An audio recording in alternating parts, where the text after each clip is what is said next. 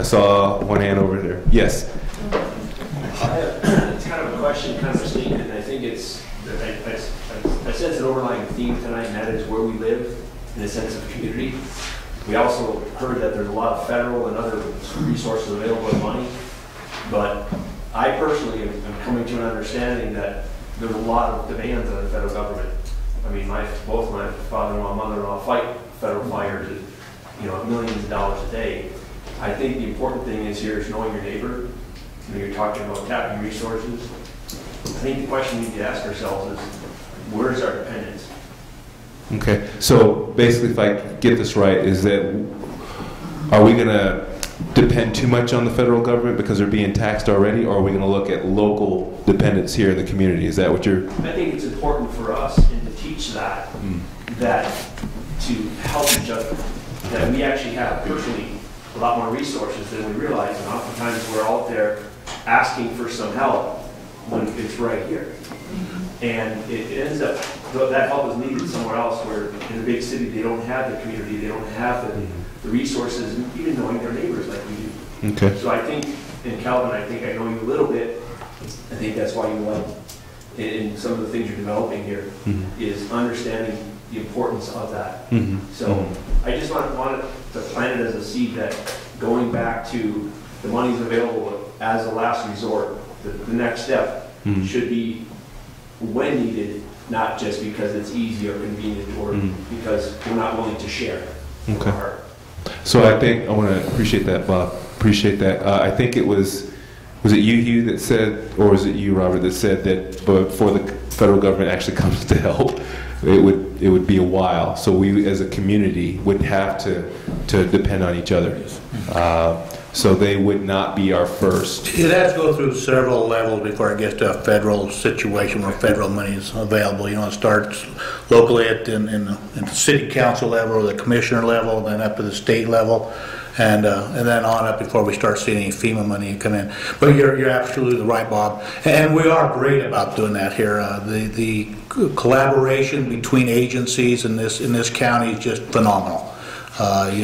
Scott and I, we talk all the time. We meet once a month to see with all the chiefs in the county, and then once a month with all the law enforcement executives in our district to discuss these issues and see where we can help each other out. And do whatever we need to do to help each other. I know the fire departments have, and the sheriff's office, we have MOUs in place stating what we can do, how we can help when we need to. So we do have a really good team approach locally here in Delta County for sure, and in the 7th Judicial District. But you're absolutely right. We need to take care of ourselves first, and then only reach out when that need really exists. So. An MOU is a TLA.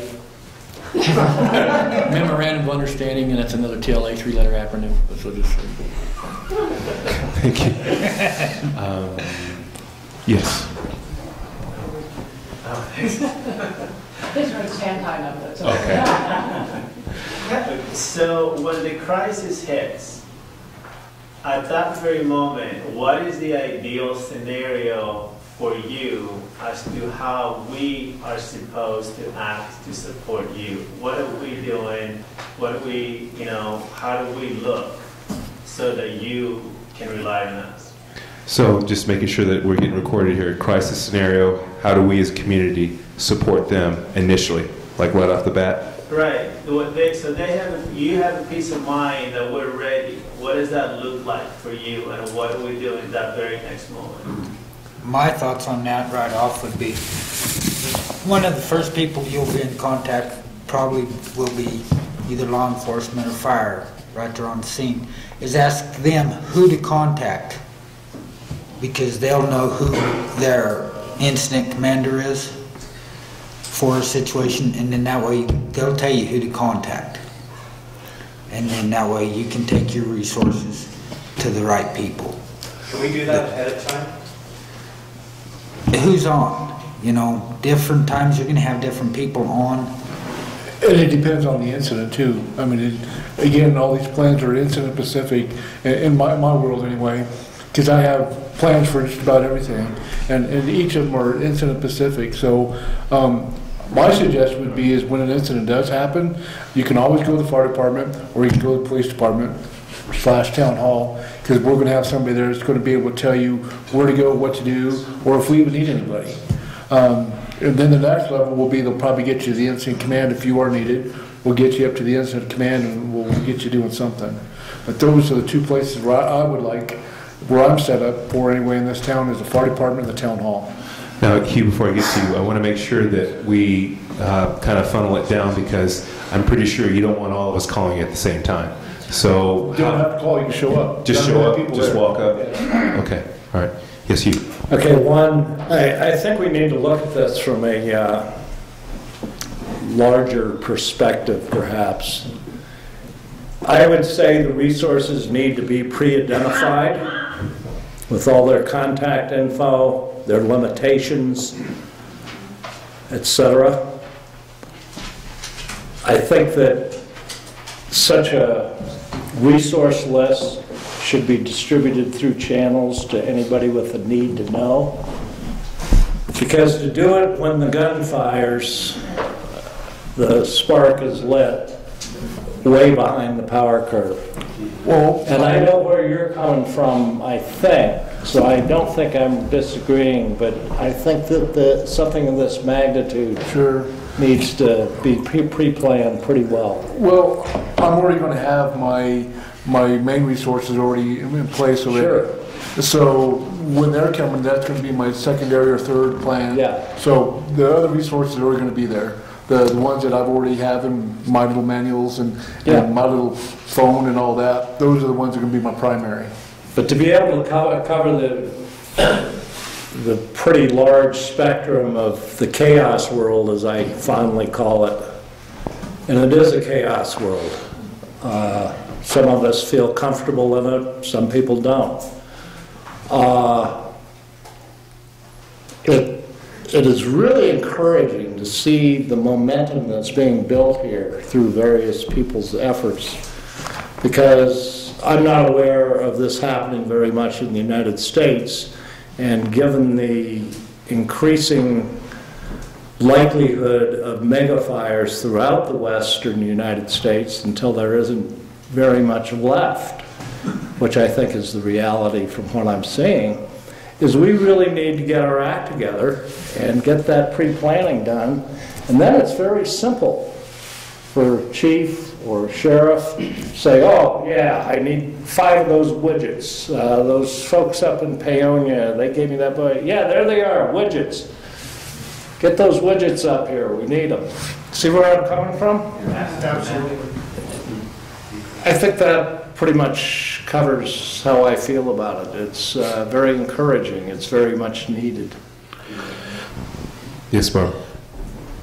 Oh, one of the first things I'm going to ask if you call town hall is, have you checked on your neighbors?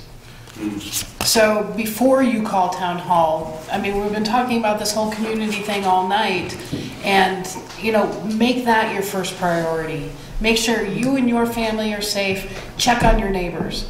And then, you know, maybe we can come up with some sort of community plan where we put green dots on the doors so that emergency personnel can, you know, check to see if everybody in that house is okay with a quick glance, or whether, you know, we have a red dot for somebody who needs assistance, or, you know, I mean, that's simple. If we have, you know, one red green dot that goes with every household for this plan, you know, check on your neighbors and do that first before you volunteer your time to helping. Because that's going to save us all a lot in the long run.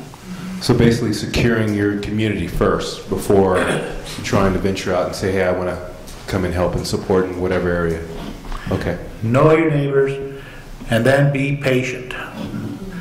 When this adrenaline's pumping through us and things are happening fast, you know, we have all plans in the world. That first hour or so is a mess. It don't matter. And I don't care what ICS you've been to or how high level NIMS you've been to. How long you've been doing it. How long? That first initial assault period is a mess. It doesn't matter if it's a one-car fatal accident in downtown Paonia or a major disaster anywhere. So you need to be patient with this. We have a tendency to, especially some of our deputies and our law enforcement guys, to be rude. And that's because they just got an awful lot going on right then. And they have a lot of people asking a lot of questions, a lot of people wanting to get involved and really helping, and we're not sure where to put them yet. So be patient with us. You know, one of the first things we do in our incident command is put up a staging area and try to get that word out to where people can go and start getting it. And generally speaking, we'll set up somebody that starts a resource list.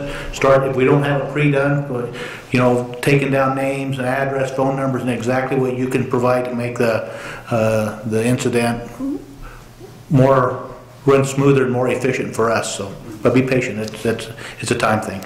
Okay. So we're back to communication again. Communication. Okay. All right. Let's get someone over here. Nathan. I got a question it goes back to Hugh's iteration of the pre-planning. Pre-planning and triage seem to be similar. There's before the disaster, pre-plan, and then there's after disaster where you kind of triage after. And I'm curious if there's any updates on the federal government's plan on triage, which is basically after the disaster. What they did with Katrina, they reviewed and said this wasn't good because it wasn't based on equality. It was based on basically the wealth. The people who had the heavy wealth, they were attended to first. And back in the old days, when you paid fire dues, you got your house saved for a fire. But if you didn't pay your dues, your house burned.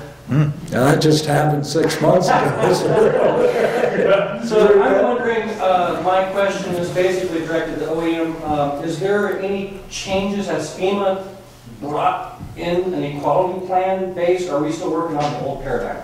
So FEMA equality plan for triage, is that what you're saying? Yeah, after an incident. After an incident. We have a directive, and we have to triage where we're going to attend first. Mm-hmm. And it's basically, you know, it's Darwin's law in a way. So, can we use the word recovery? I think that's more accurate, if I hear you correctly. Triage is dead and dying bodies. Right. So, we triage houses in fire. Well, I know that. We won't get into that. Presidential Directive 5 was a direct result of what happened in Katrina. And the short answer is yes, it's a work in progress, but there has been a realization, you know, the light bulb finally went on, and they're making those attempts. It's not done by any means, but that is a work in progress. Okay. So to be continued.